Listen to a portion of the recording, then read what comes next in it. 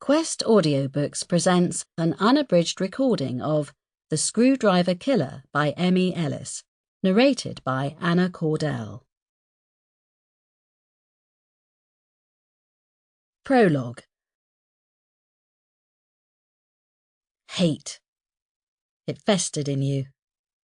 Always there. Burning. The dried pieces of flesh looked strange on the dessert spoon, all crinkled like that.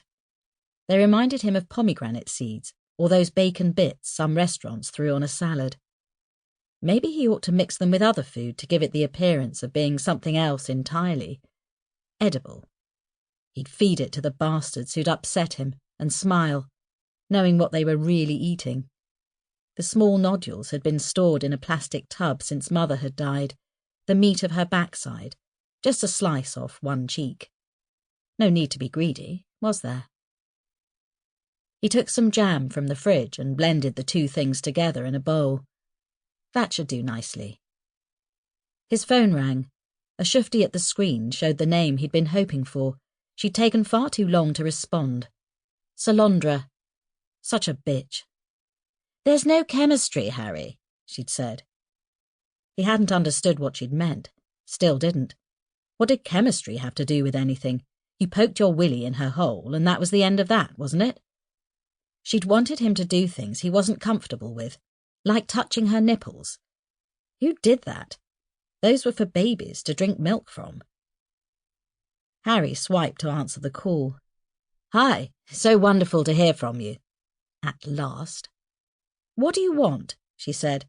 "There have been several calls from you today, and you clearly haven't got the message that if I don't answer, it means I don't want to know. I rather thought I'd made that clear the last time we spoke." The hairs on the back of his neck stood up at that. Who does she think she was, the cheeky strumpet? "I'm royalty. You shouldn't speak to me like that." She laughed as though he wasn't right in the head. "Oh, for fuck's sake. Extremely diluted royalty." "Still royalty." "What, a super distant bloody cousin of some earl or other? So distant that you don't even figure? Sorry, but I won't fall for that line again." "Let me make it up to you," he said, going for pleading. That was supposed to work with the ladies. Apparently, they usually felt sorry for you and gave in if you begged hard enough. That hadn't happened with Mother, though. "By doing what?" Salondra asked. He imagined her tapping her foot on the floor and folding her bottom lip over her teeth, an annoying habit.